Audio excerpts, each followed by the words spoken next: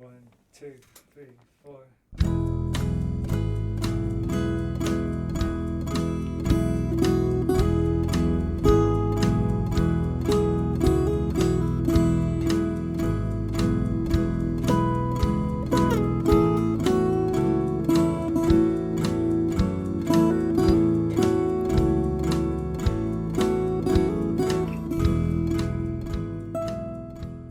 You are listening to SKYLIT, the SKYLIT Books podcast.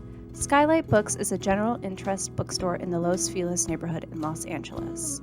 You can shop with us from 10 a.m. to 10 p.m. or visit us online 24/7 at skylitbooks.com. Follow along at SKYLIT Books Instagram and Twitter. You can subscribe to the podcast on Podbean, iTunes, and Spotify. Thank you for listening, and now on to the episode. Hello, my beautiful, beautiful listeners, and welcome back to an episode of the SKYLIT Books podcast. My name is Lance Morgan, and I'm your host for today. Today, I'm so excited to welcome James C., author of the book, his newest book, All Kinds of Other, and this is a fantastic episode to talk about him, his history, and his work, and also a special book recommendation segment at the end. But before we start, I want to remind you that SKYLIT Books is currently open, but we are following the current mask mandate. So please bring your masks in and be respectful to the customers and staff working. I also want to remind you that our website is currently available for online ordering at www.skylitbooks.com. So you can order a book, come pick it up, have it shipped to you, whatever you feel like that day. James C. is the author of Still Life Las Vegas, his debut novel, which was a Lambda Literary Award nominee for Best Gay Fiction. An award-winning playwright, he has had productions performed in Chicago, Los Angeles, New York at the Lincoln Center Institute, and across the country. He has contributed essays to The Rumpus and The Advocate. In addition to writing, James is also a voiceover artist for many cartoons and games, including Avatar: The Last Airbender, where his excessive love of cabbages has earned him immortal fame. My cabbages! Amazing. Oh my God. Please know that this is a special moment for me. Born in New Jersey to immigrant parents, James now lives in Los Angeles with his husband and son.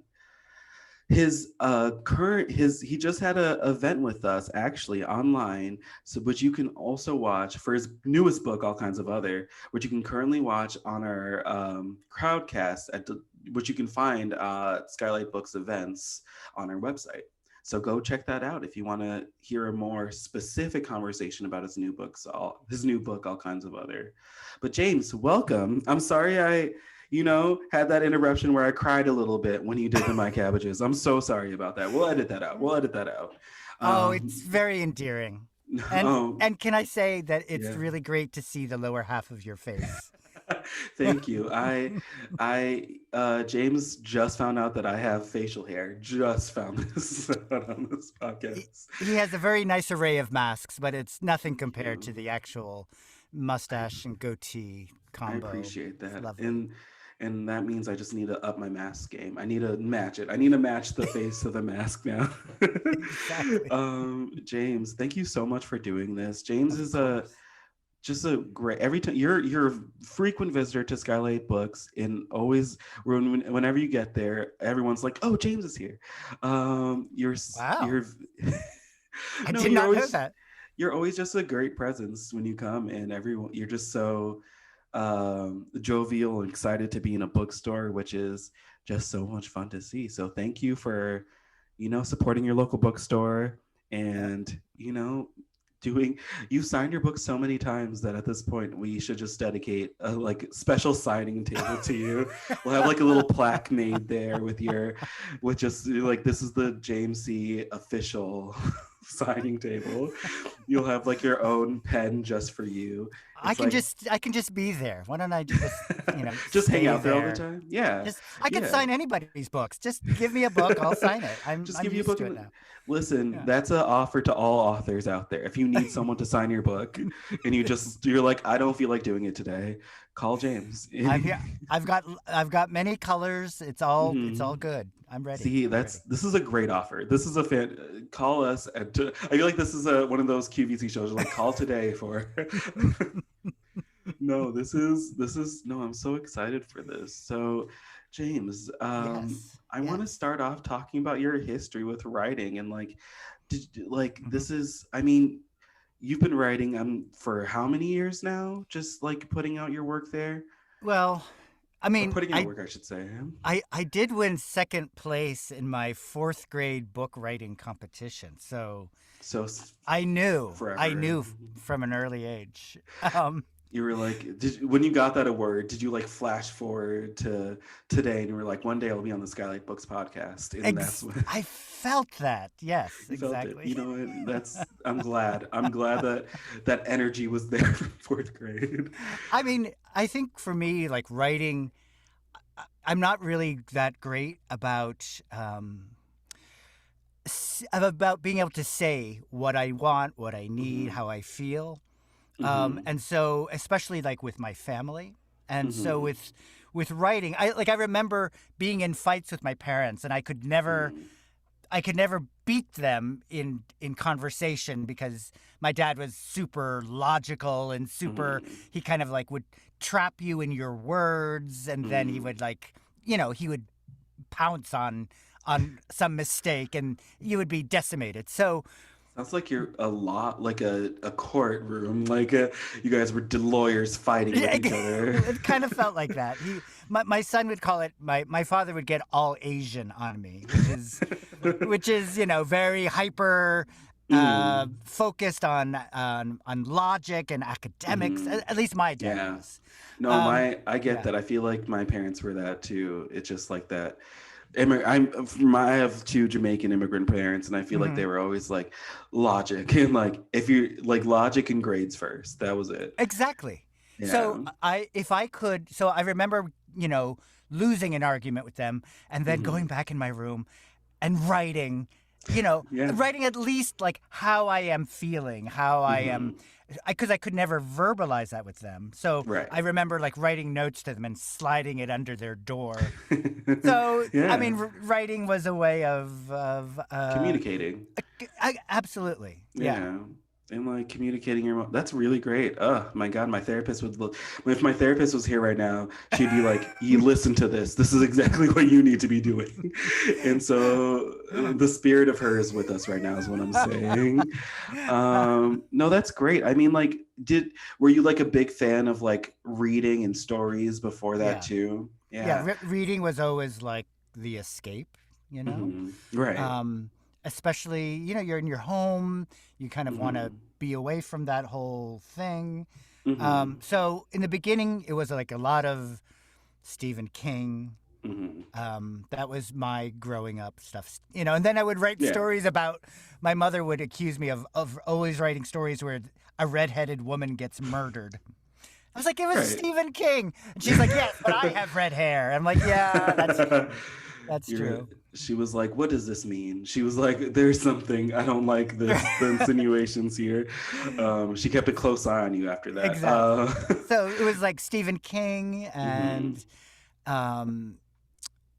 fantasy, like the Lord of the Rings, the Silmarillion, all the Dune series, which is pretty amazing. And it was all about escape. Like, did you ever read the Pierce Anthony books? The Xanth. The Xanth novels. I remember those. Yeah.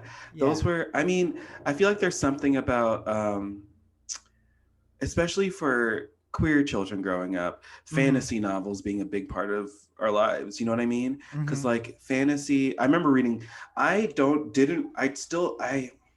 And I'm sad about it, and I want to go back into it, but I never read as much fantasy as I did when I was like growing up, like I would say middle school, elementary, and a little bit of high school too. But fantasy was huge for me. I feel exactly the same way. Like I don't read it as much, and I'm starting to Mm-hmm. get back into it. You know, like Mm-hmm. I've just read Cemetery Boys Oh by yeah, Hayden a great book. Thomas, Yeah. right? Um, Mm-hmm.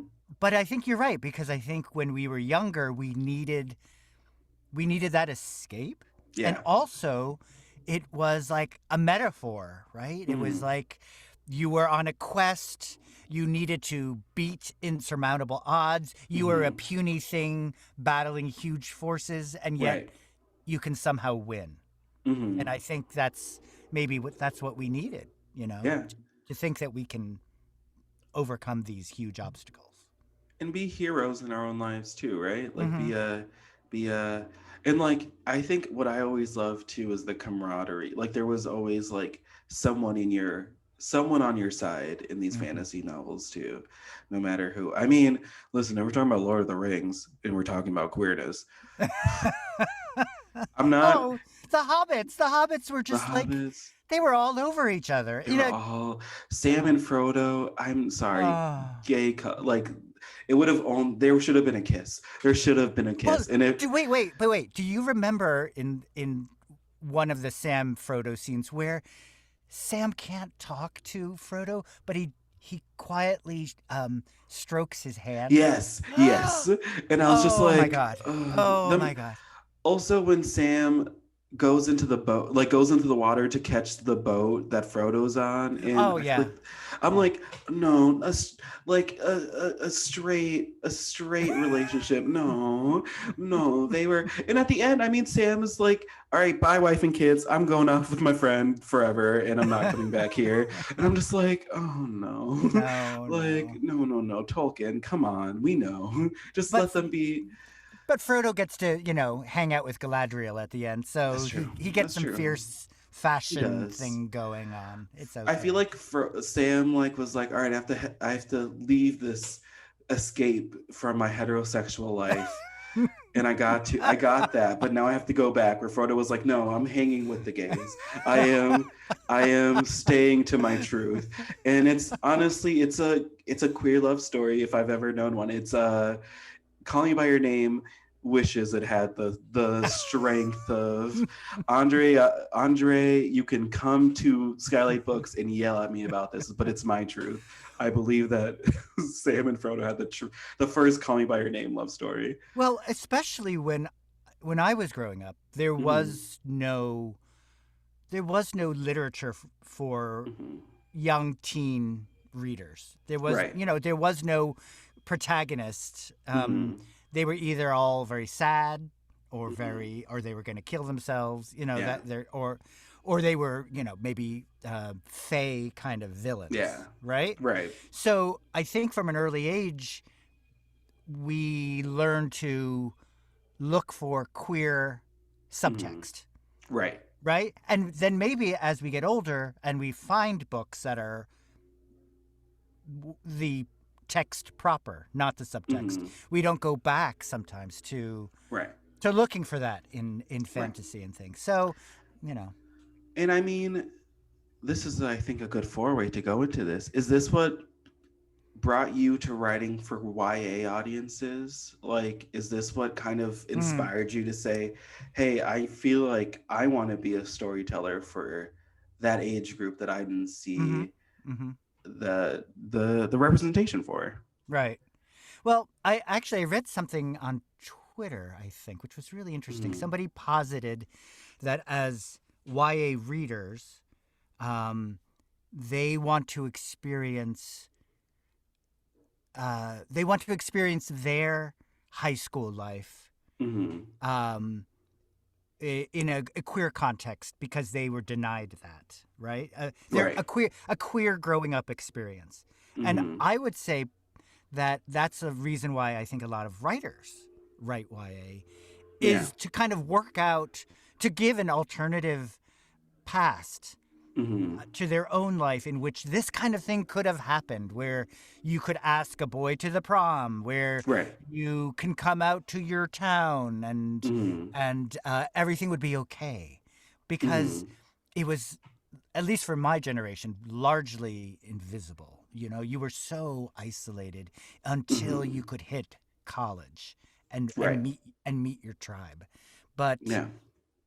I think the way that I got into YA during my last book tour for Still Life Las Vegas, I got to meet Becky Albertalli.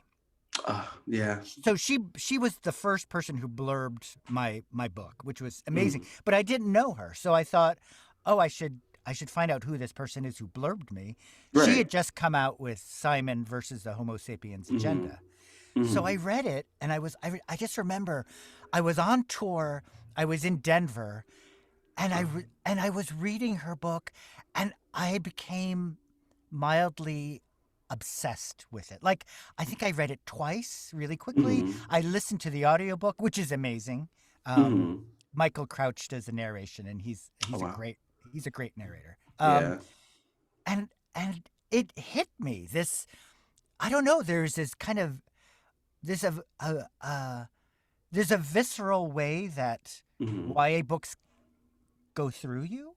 You know what I mean? Maybe I don't want to overgeneralize what YA fiction is, Right. because sometimes it's more of a marketing tool than it is a genre.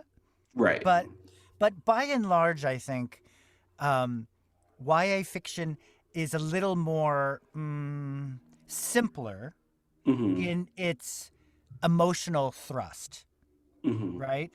Right. Do you agree? Well, I agree, and I also think that from the years I've worked at a bookstore, which has been a few years, of amazing years, but I love YA. YA is one of my favorite genres to read because I feel like there is in a sense there is a marketing component to that, because there is an age group that will read YA, that'll just see something YA and be like, I'll read this because it's the age group I'm supposed to read. But I feel like there's an experimentality with it where people are like, oh, because this is a specific age group, we can test out stuff here that we might not be able to see for adult fiction, in terms of, especially for like the fantasy genre. I feel like there's a lot of testing of different concepts for that. Queerness, I feel like they really do a good job of saying, oh, okay, this is what queerness looks like for this community, and let's write this in a YA book and see how it or like an author will be like, oh, I want to tell this story. Oh, let's try for this YA genre to see how like younger audience see this, and if how it works, how it looks in this, like a focus group, but like, you know, in a higher sense of a focus group. They're like, and it's honestly amazing because it actually makes sense to me in the sense that, you know, YA, they're the next generation. They're the next generation of people who are going to read adult fiction. So what do they want? What do they want to see? And you're getting so much closer to their experience. Exactly. And so other readers, adult readers, can look at that and say, oh, this is what's happening now. And this is what I wish I had. This is what I wish I had in my childhood too. Yeah. And I think there are different, I don't know, there's definitely tropes in YA fiction. Right. Especially like, say, YA romance or you know, YA queer romance. There are certain beats that get hit. Right. Part of it is because there's a certain universality in the high school experience, right? You're always going to be going through these grades. You're going to be learning how to drive. You're going to have a first love.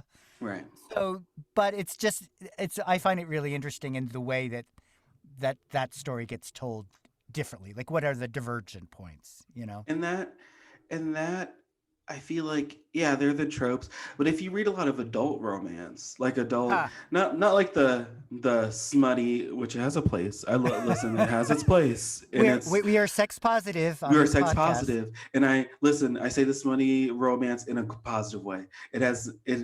You guys carry us. We love you. We respect you. Please keep doing your amazing work.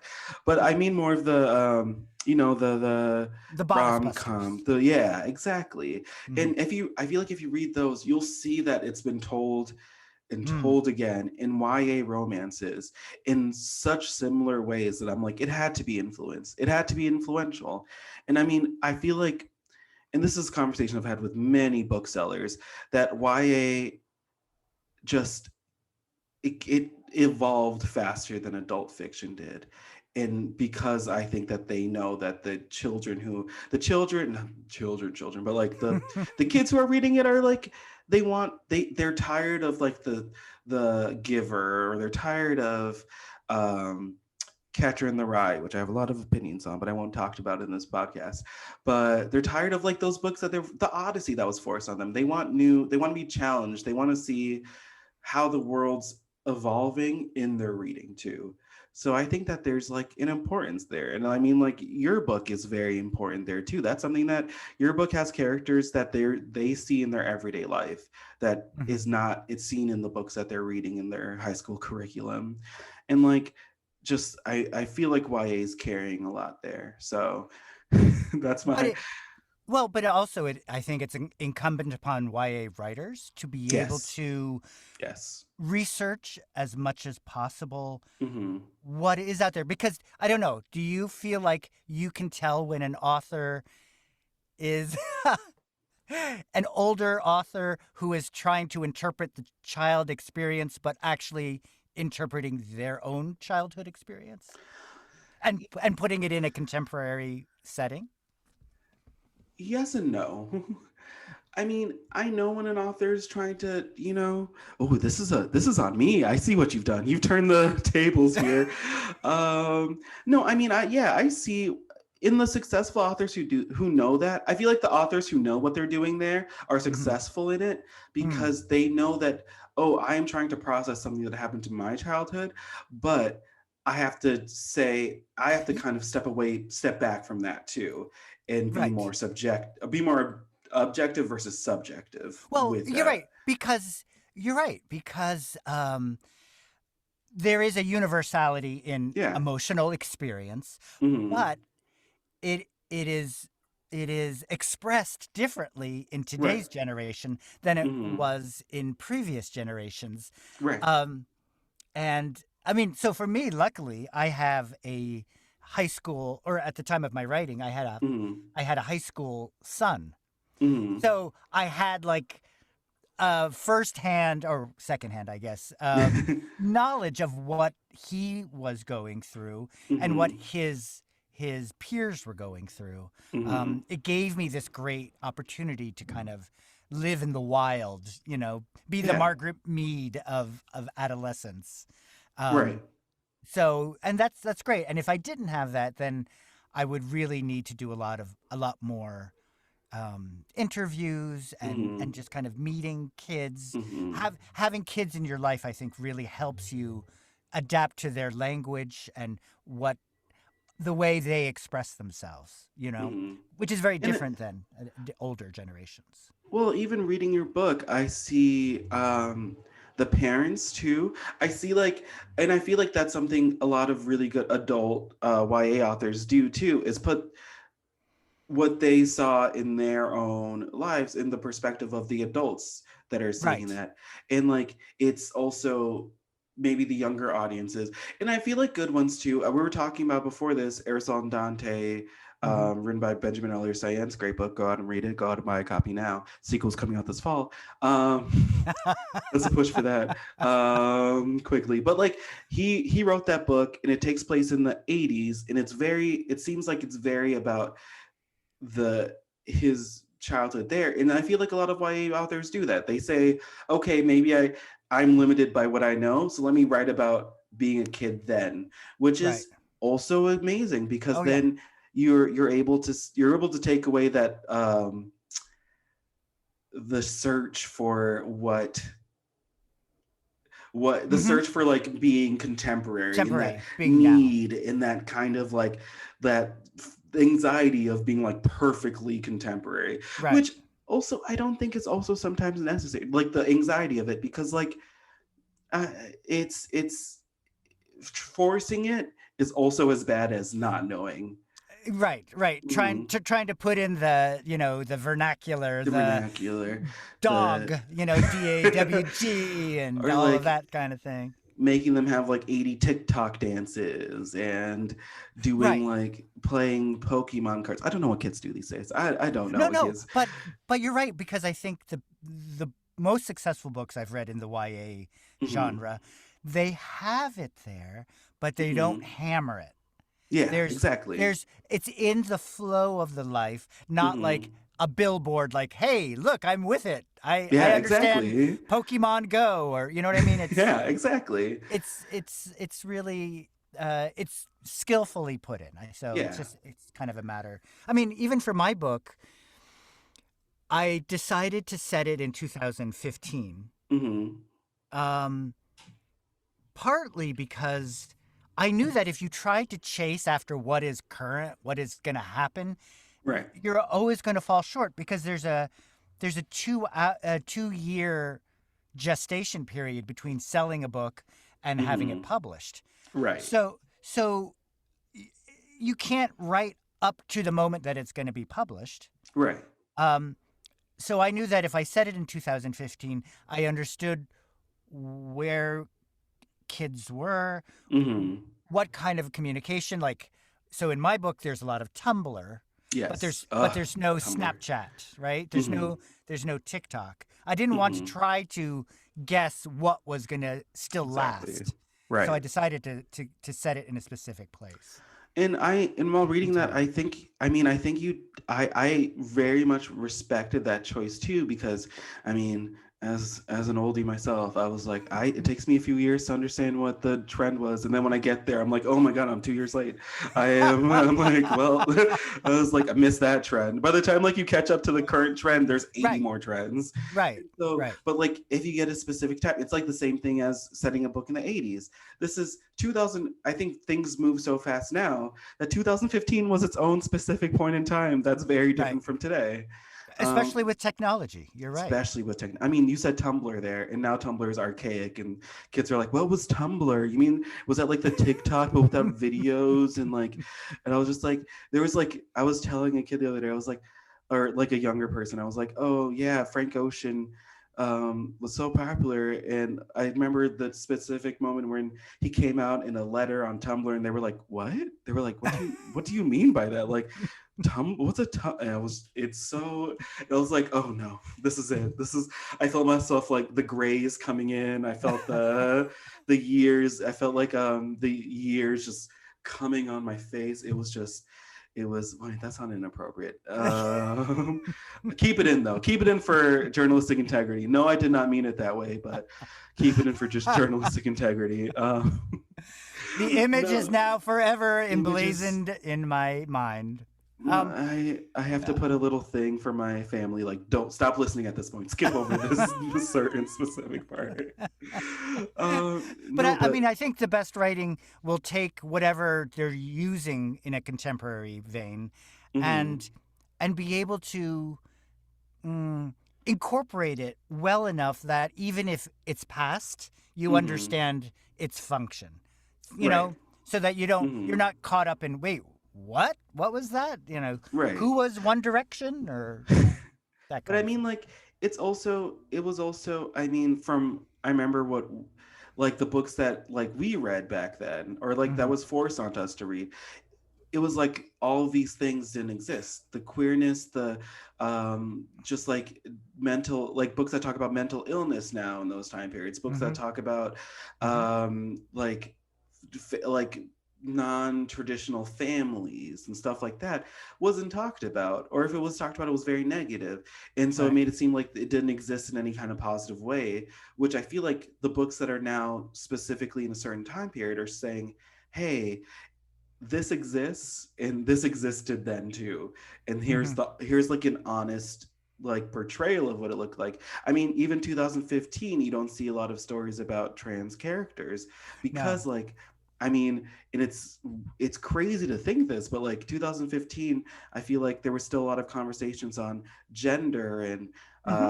the gender non-binary, gender queerness, trans, just transness in culture, and it was so, it to like what 6 years later now, it's Right. more, there's a bigger conversation about it, and it's more there's more answers in culture about like what we should have seen there, and how we should be, how we have to look at gender now in a new and fresh way, but it wasn't talked about as much in 2015. And No, I feel like which is Yeah. very heartening, right? Right. So much has happened in the space of 6 years, Mhm. but of course, along with that, it's a double-edged sword because there's with more visibility comes more backlash, Yeah. which is why we're seeing this new current spate of anti-trans laws Yeah. being perpetuated by various states. And that's Yeah. but what gives me hope is that like Mhm. books like yours like go out there and say, oh, the kids who are reading it, like the kids who are reading these books are going to be in charge. They're going to be the ones, and they're very I mean, we saw this with TikTok last year during the Black Lives Matter movement, where the kids were leading a lot of stuff on TikTok and online presence. It's like these same kids who are learning from these books, and like and also like there's television, there's talks about it, they're talking about it in classrooms, and they're doing all these things. They're Right. finding it in their, I mean, I remember having to sneak into the Barnes and Nobles to like read books there in my free time that Yes. because I was like, oh, this book talks about queerness, I have to go find it. I have to like searching for these books because I couldn't find them in my library or my school, or we couldn't talk about it. Yeah, oh, I remember going to the B. Dalton. I don't know if you Oh yeah, remember B. no, Dalton. I know B. Dalton, no, of course. Where like you would go into a shelf and you'd like go to the section, Yeah. and you pull out, I don't know, Fire Island, Yeah. which was it was a pulpy book, but you knew Right. that there must be something in there, and then going Right. off to a corner and quickly flipping to look for any instance of queerness. Yeah, I You mean, know? Tales And of that the would just- City. yeah. Oh my Yeah. God. Yeah, Tales of the City. Tales of the City. Just there was so much of it where I was just, yeah, no, I fully agree. We had to go sneak. We're now like the kids aren't afraid to be reading this out loud in public. Well, And but it's also there's now literature for them. yeah, I mean, can you imagine being able to read something like Felix Ever After right. when you were young? I mean, No. to give that possibility of kids who are grappling with the same things you are grappling with, Mhm. it would be mind blowing. I think Mind blowing. it would have changed so much, and that's Yeah. why I think, I think that's the exciting part of YA fiction, is that you can reflect a Mhm. kid's experience and affirm them. You know, Mhm. because Yeah. I was so used to being isolated and Mhm. not knowing any other kids out there. So for me to be able to tell a young queer kid, you're okay. There are Yeah. others like you. There is a Mhm. community.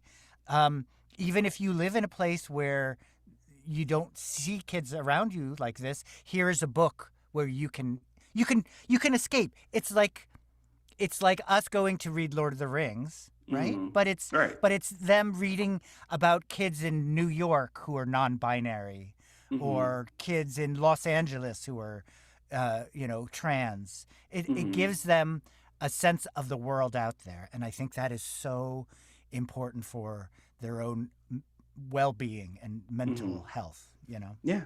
And I mean, because you do so, I mean, storytelling is one so Mm. layered. There's so many layers to storytelling, and you do so many things from, I mean, you're also a playwright, you're a performer, and your performances are legendary. But like, how do you still keep that? And you've done a lot of shows that are tailored to like teens and like younger generation. Yeah. How do you keep that spirit alive in that too? And I mean, I see it there, but how do you specifically like go into these projects saying, I want to keep that spirit of like visibility alive? You mean as far as are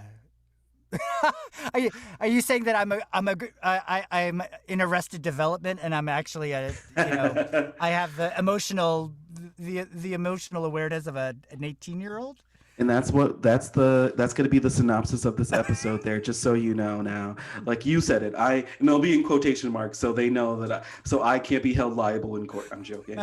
No, but I mean like wanting to yeah, but like what we said, wanting to tell stories, or just be like in the, like, for people who have not seen someone like themselves act in these places, and be like hear their voices and know that because I know so many voice actors who are who are not white, not straight, and are like, oh, I feel like there's not a space for me in this, because all the voice actors they've seen for their entire lives has been played by,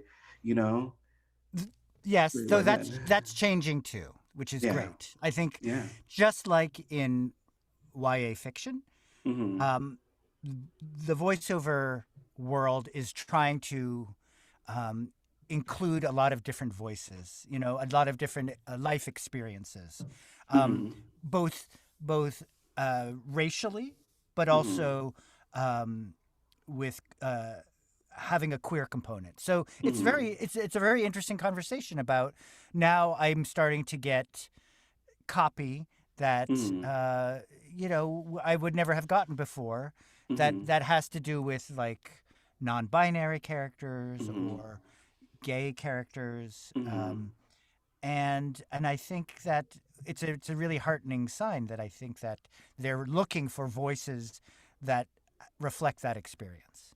Right. And like, I mean, not to bring it back to Avatar. No, I was good. No, that I was going to bring it back to Avatar this entire time. I was just waiting. It was going to. But I mean, like, you were to be like important. I want to say this, important, because wow, important character in Avatar. Wait, can I just stop you? Go ahead. This character this character said basically 2 words many times. So I don't know that I don't know how important he is in the actual canon of the story. And I need the listeners to know, I gave a speech earlier about how the Cabbage Man represents the everyman who in superhero narratives do not get the respect they deserve when they are tortured by these characters who are superhuman, because they do not exist in their narrative. And that's the importance of that the Cabbage Man is. Okay, I see it. And I see the point. I will send you later my personal essay about this, 3,000 words, quotes, citations included. No, but I mean, you were this. I mean, people love the cat. I've seen cosplayers cosplay this character. Amazing people, yeah. You tell an Avatar fan the cabbages, and they know exactly who you're talking about. Do you have you heard the remix version of My Cabbages? I think I have. It's amazing. It's like a techno beat. You should feel so proud. You've made it. That's how you know you've made it, when they remix something you've done. That's it. That is the highest form of complimentary. Yes. Once you've been auto-tuned, you are immortalized. No, but yeah, being a part of this franchise, I mean, it must have been exciting to see, like, in the sequel series, Korra, like a queer, overtly queer, like, storyline come from it, or this queer, like, moment there. Like, it just, I mean, it must show, like, even in the show that you've worked on for, that's been on for countless years, like, to see that storyline, come out must have been like a very special moment, Yes, I mean, and not that I had anything to do with it, right. But yes, to be able to be a part of history that of queer history, of being able to, like we said, being able to put queerness, center it, versus have to look for crumbs of it. Exactly. Is very exciting. Yeah. And like, I mean, animation is, I feel like, again, and like YA does a lot of like movements in that, like they take the special movements where, I mean, when I think of like queer moments in media that I like, oh wow, this is overtly queer, that comes up, like Steven Universe comes up. Oh yeah, Steven Universe. Steven Universe. I mean, like things like, it's animation though that comes first to my mind. Wait, so did you ever watch She-Ra? She-Ra, yes, of course, Oh She-Ra. my God. Just Yes. to watch it, and it has this very childlike Yeah. animation style, Hmm. which, but to have queerness be Spread uh, out. to be spread out and to be unremarked upon, Yes. for it to be a baseline Hmm. is is so amazing, because what it's doing is it's taking, I think, so much of the criticism Yeah. of people is like, oh, to show queerness is to Hmm. show sex.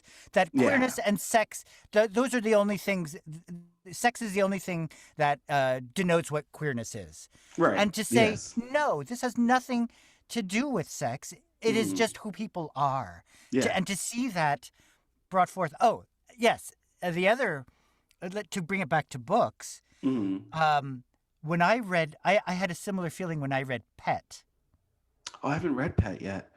Okay, so Pet, and I apologize if I'm saying No, the no. author wrong. Aquaeke, Oh, Aquaeke, yeah, yeah, yeah, yeah. Aquaeke Ametsi. Metzi, yeah, yeah. Metzi.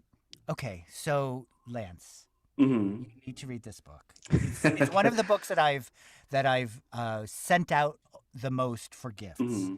Oh my God. It feels like an instant classic, like Hmm. Wrinkle in Time, but Mm. with social justice as a Mm. baseline. It's Ooh. saying, what if social justice were the given, Mm. and what problems can arise from there? So we're not like Mm. looking for, here's a gay character, or here's a different kind of family. That's all built in. Right. That's the basis of it. And to see a fantasy, and have this young trans girl be at the center of it, Mm. but it not to be about her transness, but to Mm. be about larger issues of justice, Mm. and what are monsters and what are angels. Mm. It's a mind-blowing book, and Ooh. you must read it next. You You must. sold me. I mean, just the idea of like, yeah, social justice being the basis and it's coming, like it's starting that, using that as a Yes. jumping off point. Right. That, I mean, where have I seen this before? Where have I seen this before? Right. It's not, It, right. So it's not a book about trying to get to yeah. a place of social justice, but what if we just take it for granted that that's what Mhm. life should be like, and I then go am, from there, and then find complications within that? I am It's an sold. amazing book. It's an I am amazing book. sold. That is, I mean, say less. I'm in. I'm in. I'm sold. I will tell everyone James C recommended this to me, and I will have you come in and sign it, like you said you would. Like, I'll be like, sign this book for me. Did you write it? No, but you please do it. Uh, Have you read any of their other works? I am Dearest Hmm. Durian is next on my list. I've read essays. Did you read Freshwater? Freshwater, that's what I read. I was like, I have read Yeah. another one. Hmm. I did read Freshwater, which was amazing. And Yeah. I read that back Yeah. in, was it 2017? Maybe. Yeah. Yeah, I think it was 2007. I mean, what an easy, but not easy in the sense of um, like easy to read, but easy book to like digest, easy to like get into and sink yourself into. Oh my And God. look at the breadth of their writing is Yes. so amazing to me, that they're writing, children's books Mhm. and literature, and now a memoir. Yeah. They really can do it It's all. do it all. And I mean, I feel like with authors, I just love following. I'll tell people all the time, I am a groupie. I am an author groupie. I want to follow you guys all around the world on a world tour. I want an almost famous version of authors for myself to happen. Well, wait, let me ask But, you this question. yeah. Are you a vertical reader or a horizontal reader? In that, so horizontal, you read many books from many different people, but you kind of, if you just read one of their books and then Mhm. go on, that's fine for you. Or are you a vertical reader where you'll find an author and then you'll dive into their whole list? Well, What do you I what do you think? And as a I bookseller, how does that work?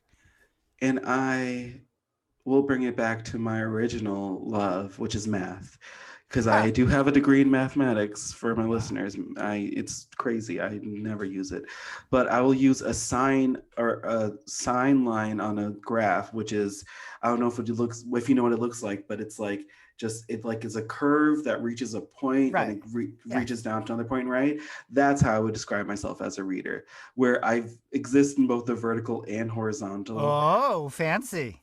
And I mean, I'll read books read books by many authors, and then feel like I'm like, okay, I have to change now to another author right now and read, like, I'll maybe read one or two books by them, and then I'm not consistent in it, but I mean, if anything, I'm more consistent with comic books, where I'll be like, I have to read this entire issue by this one character right now at the same time. I have to do this. But like with like literature, I'm all over the place. I mean, I think it's because I love them all so much that I can't choose one or the other. I love the authors, and I will say though, I love authors in the way that I can love one of their books, and I can love 10 of their books, and it's not different for me. I'm like, the fact that you wrote this and this came from your mind, and just like, wow, it's amazing. It's amazing to me. It's like, there's who recently was I thinking about this for? I mean, you, of course. But there was someone the other day I was talking to about, TJ Klune. It's one of my, I don't know if you've read. No, I haven't. He wrote the books. He's a YA author and an adult fiction author, and he wrote this book, The House on the Cerulean Sea, which, if you haven't, it's one of these books that, like, it's a queer fantasy romance, but also, like, it's about like a childhood and the innocence of childhood, no matter who these children are, and like also like how like we need to support the innocence of childhood and not like label certain children as these things because of their backgrounds or who they are. It's amazing. Wait, I need to write that down. Please go check it out. It's like, we have it always on sale at SKYLIT, because I always make sure we do too. Wait, but what's that? Can you repeat the title, please? The House in the Cerulean Sea. And to all my listeners, please go check out this book too. But it's definitely, it's a queer story that is not, it's what we were saying before. Queerness isn't the epicenter, it's there, but it's not it's not the subtext, and it's happy. And this is something I don't see in a lot of books, happiness for these characters. And just like, that book, I was like, how did this come from your mind? How did this come from your mind? Wow. It's every little piece of it. I was like, I don't understand how a person could have thought this and it happened. And that's what I feel like for so many authors I've had that experience for, where I'm like, I think that's why I love this podcast so much, because I get to like say to this author, hey, how did you come up with this specific thing and this specific thing and this specific thing? It's so exciting, and like it makes it exciting to like read and like love books and love stories. I mean, it's what matters, the stories, these stories. And yes, I agree. And to like, I feel like this is a good foray into my next thing, and the thing you're going to give to us, which is a list of recommended books from you that to our listeners we will also have available as a virtual bookshelf, specially curated by James C. on our website. So also check that out. But you have the books for us that you're going to recommend right now? Well, let's see. We talked about some of them, right? Yes. Like Felix Ever After. Felix Ever After, yes. Cemetery Boys. Cemetery Boys are fantastic. Do you have anything more you want to say about those two then? I love Cemetery Boys in that, like we were talking about, it's fantasy. So it's fantasy in which usually queerness is a metaphor, like, right. You know, in the X-Men, how being mutants is kind of a metaphor for being queer, at least the way we read it, right? Right. but it's not. It's a fantasy, and there are queer people centered in it. Which is Yeah. It's amazing. And it also is set in Los Angeles, so I love connection. that. The connection, being able to kind of see the different areas that Aidan Thomas is writing about. Felix Ever After is by Kaysen Callender. And I loved it because it felt so real in the character's journey of figuring out who they are, and that it can be fluid. That you don't have to know right away, but you could see their struggle. The main character struggle with, am I trans, but it doesn't quite feel like I'm trans? Am I male, but I don't quite feel all the way male? And to be able to live in that unknowing, in that uncertainty, it was really cool. And I feel like a lot of, I'm sorry, I was going to say, I feel like a lot of the best stories have that, where it's like, it's discovery, especially YA. It's like, because kids are discovering themselves. They don't know. And like, even when you give them the space to discover, which is important, that I feel like even when they have the space to be who they are, they're still discovering things. We all discover things about ourselves, especially at that age. It's so important. So I feel like, that sounds like a great read. I just got this at SKYLIT and I finished reading it. It's a graphic novel called Genderqueer. Oh, yes. It's a memoir, Genderqueer, a memoir, and it's by Maya Kobabe. I don't know if I'm saying that's right. Yeah. Right. It reminds me of Alison Bechdel's graphic memoirs, which is they're also great, like Fun Home. Right. Are You My Mother? My Mother, yeah. But it's about this cartoonist's journey to discovering who they are.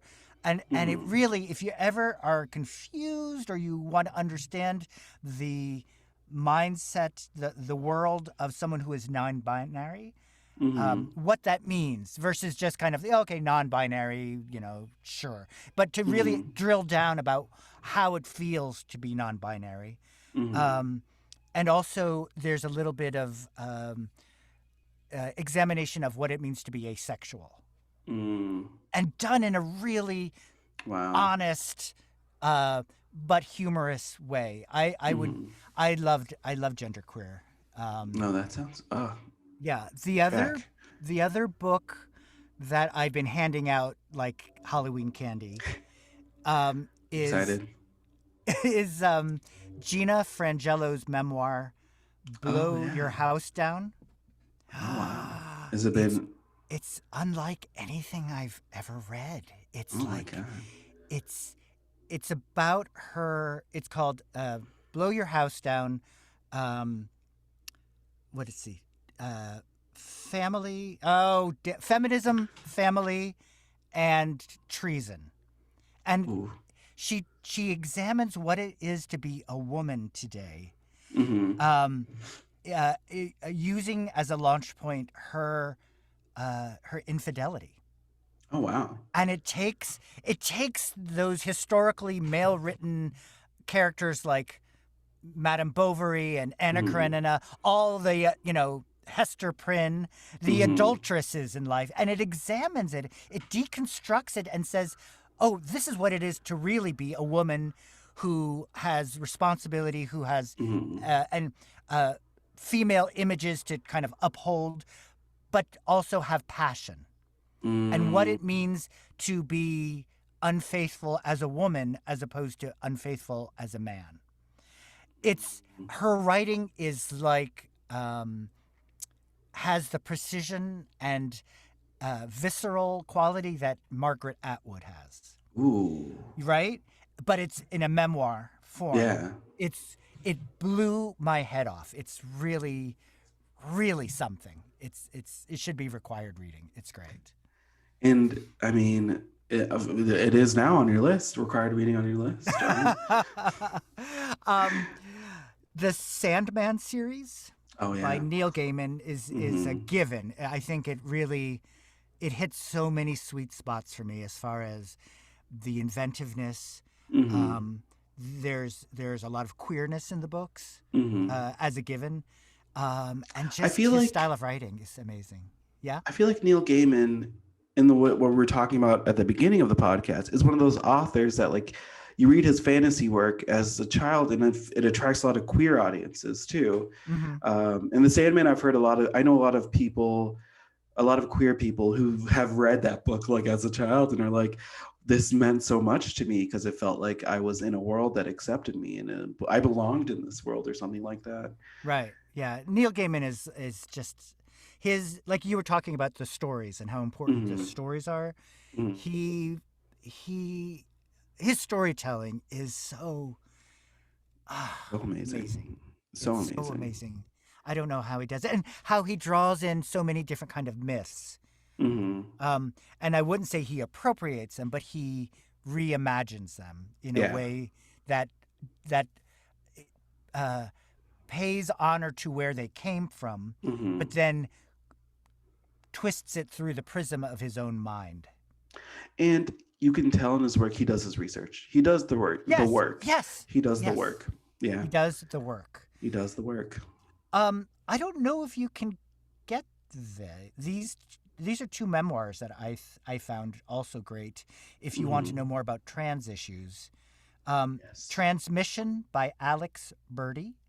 Ooh, I haven't heard this one. He's a very popular YouTube vlogger. Mm-hmm. Back in 2014, 2015. Okay. And I watched him a lot doing research for my book. Mhm. So he wrote his own memoir, and it's really a beautiful testament to what it means to be trans masculine. Mm-hmm. And then there's the OG vlogger, Skylar Kergill, and he yeah. has a memoir called "Before I Had the Words," and Oh, wow. that's quite a beautiful book too. And what a great name for that book too. Yeah, I mean, yeah, and it's a isn't- refrain too. right. I mean, that's something that like before I had the words is yeah. I mean, it's a phrase that like you tell. So many of us relate to those words, right? Oh, absolutely, because we Right. didn't. Right, growing You up didn't have queer, that. you didn't have the words. No, You and know, it's so. I mean, I am in awe of just the title of that book. right? So I know it has to be good. I have But full faith that that's a good book. but now that's what queer YA can do. You Yeah. know, like Mm-hmm. genderqueer or Felix Ever After. Mm-hmm. It can give kids the words. Yeah. Words are important. It means, oh, I am not just a factory defective person.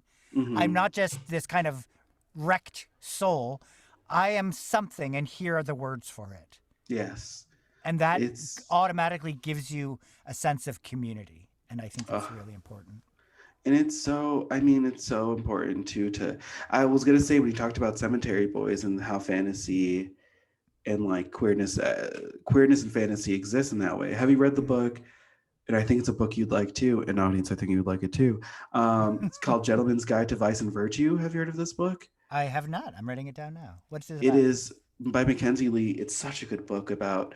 It takes place in the, I want to say the early 1700s or either early 1700s or late 1700s, maybe the 1800s. I'm not sure about the specific time period, but it's about this like this. He's this guy who's the son of a duke. He's pansexual, but he's Oh. also in love with his best friend who is Ah. half black. But he goes on this like tour of Europe before he has to take over his father's business and like be like official. And his father's very homophobic, very like terrible to him. But like they get like they get kidnapped by highway robbers.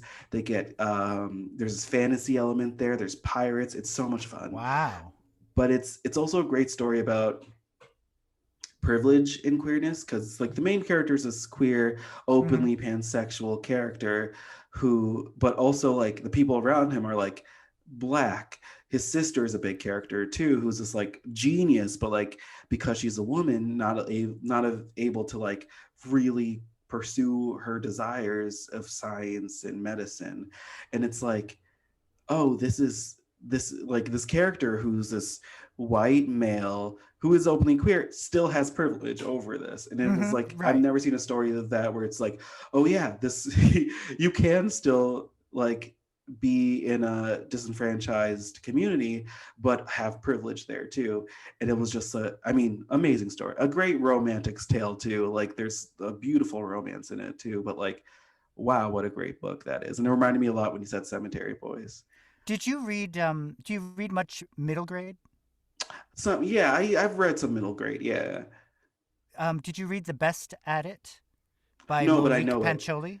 Yes, but I haven't read it, but I know it. I know it because I know I at a previous bookstore I worked at, there was like a like we did like a reading club for all ages, and they I know middle graders who read that book and they loved it. Oh, it's wonderful, and you know it's a character that you don't often see.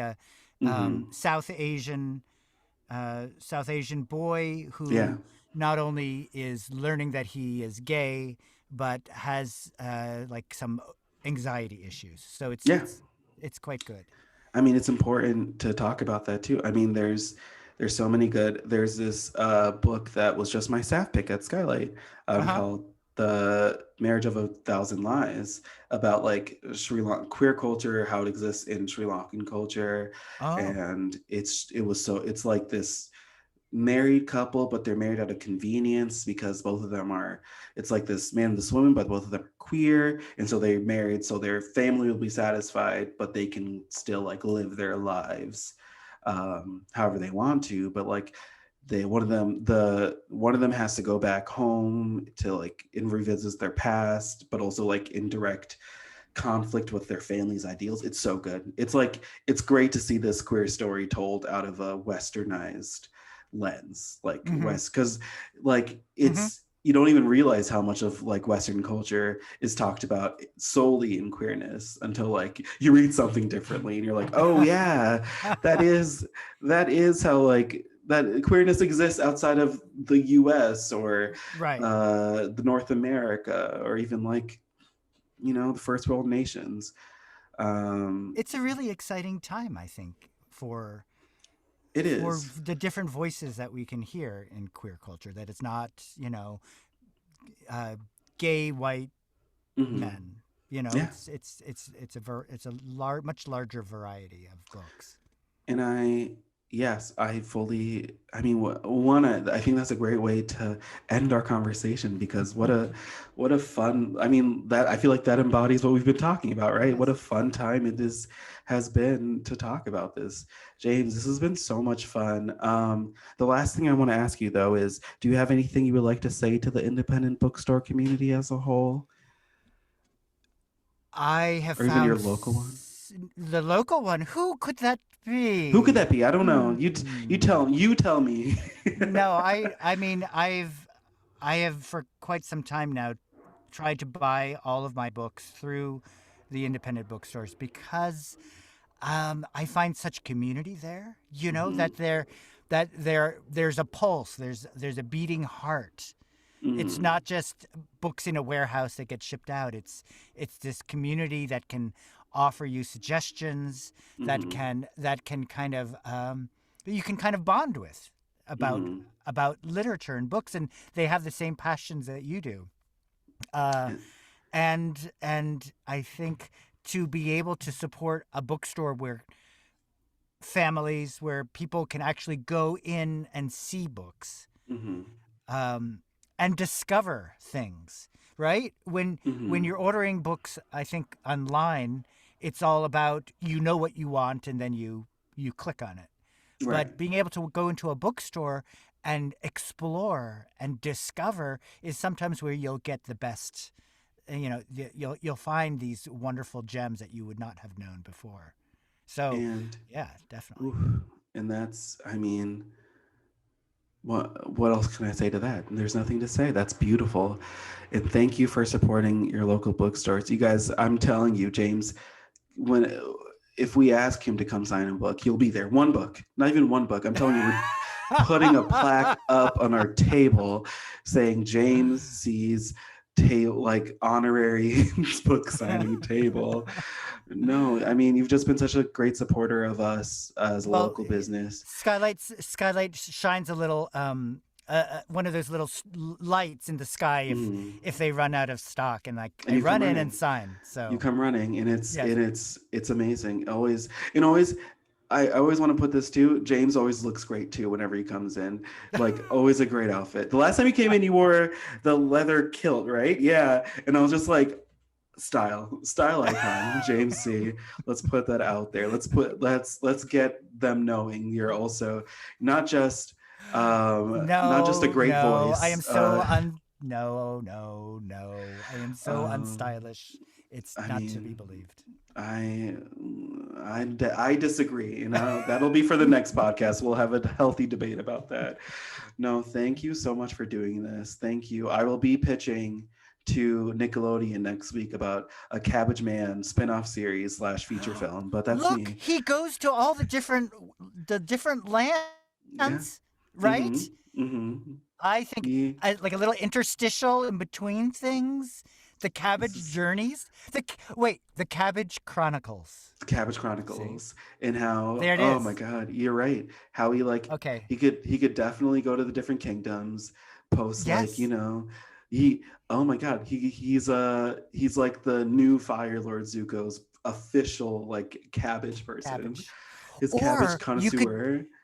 You could see events from Avatar, the narrative at Avatar, but see what it's like for the cabbage merchant. So like there'll be this giant battle with the Fire Lord, and away and tucked into a store is the cabbage merchant wondering like why it's so hot out today or something like that. See, and we're doing this, Nickelodeon. We're coming to you. We're going to be at the studios next week. Invited, who knows if we'll be invited, but we'll be there pitching this series. Thank you so much, Nickelodeon. Be aware, be prepared. No, James, this has been fantastic. Go out to your local bookstore and go buy all kinds of other. Right now it's on sale at SKYLIT, signed, of course. Signed. Yes. But go buy yourself a copy and go check out James's other work and look out for his who knows what voice acting and books and performances we'll see him in the future. So keep an eye out. But thank you again, James. This has been a fantastic episode, and have a good day to all of my beautiful and wonderful listeners. Thank you for listening to the SKYLIT Books podcast series. Please don't forget to visit our website at skylitebooks.com and make sure to follow us on Twitter and Instagram.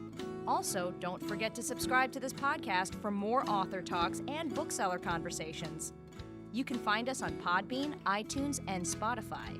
Stay safe and healthy, and we hope to see you back in our store soon.